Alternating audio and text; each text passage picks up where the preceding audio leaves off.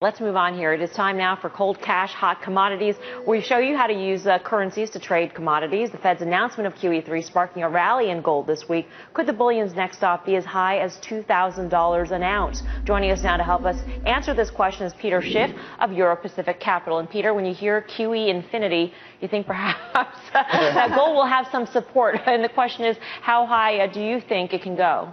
Well, first the Fed gave us Operation Twist. See, now they got Operation Screw, because that's exactly what's going to happen to everybody who's dumb enough to hold on to dollars. You were talking about the euro. The euro bears had it wrong. The currency that's about to collapse is the dollar, and that means the sky's the limit on gold. But against the euro, you mentioned 150. Next year, $1.50 for a euro is going to look cheap. I think that's a little ambitious, Peter, but this is Kathy at the desk. And I wanted to ask you, do you think this is the third time that the Federal Reserve is coming in quantitative easing? So are we going to see a diminishing impact on commodities? Because there's only so many times you come in before it stops really having too much of an effect. No, well, I think the diminished effect is going to be on phony economic growth. That's the problem. They can't conjure up any more phony wealth.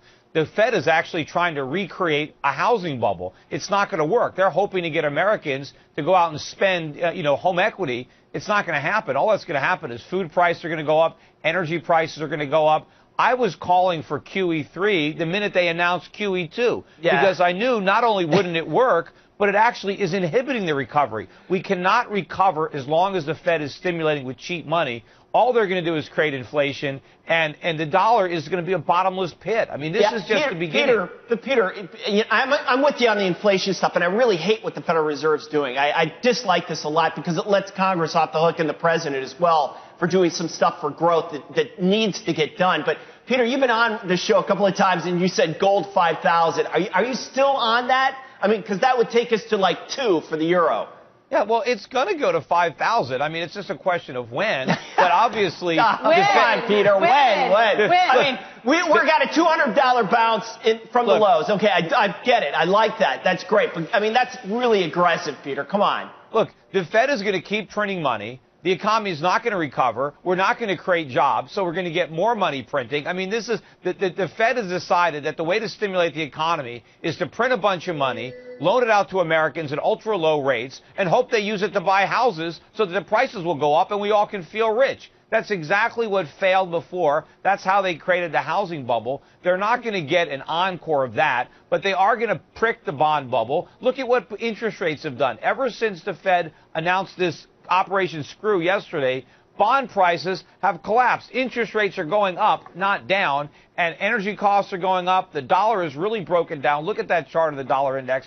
It's got no place to go but down, and eventually it's going to accelerate. Remember, people were piling into the dollar because they thought it was a safe haven. It's not a safe haven. It never was, but that perception is changing. People are no longer worried about the euro falling apart. They're worried about the dollar collapsing. And those worries are going to escalate with each downtick in the currency. And eventually that's going to really push interest rates up. I just wanted to point out, Peter, though, that the Fed is not the only central bank globally that's easing. The ECB is easing. China's loosening monetary policy. The RBA is easing. There's global easing going on. And certainly the Fed is easing more. But there is global easing here. We're the country that has the most structural imbalances. We're the ones that have our hat in hand that have to borrow from the rest of the world. We have got a completely screwed up economy because the Fed won't let the market correct the damage. It won't let the market reallocate resources, restructure the economy. All we want to do is keep this reckless borrowing and spending binge going so we don't have to deal with the pain of solving the problems. So we're in a unique situation, and these other countries that are easing, they're actually doing it to prop us up. They can't keep doing it. They're going to have to stop basically committing, monetary carry. They're going to have to let the dollar fall, and they will, because we have just upped the ante with this all-in on stimulus. The world can't support us. Peter, got it. It's always good to get your analysis.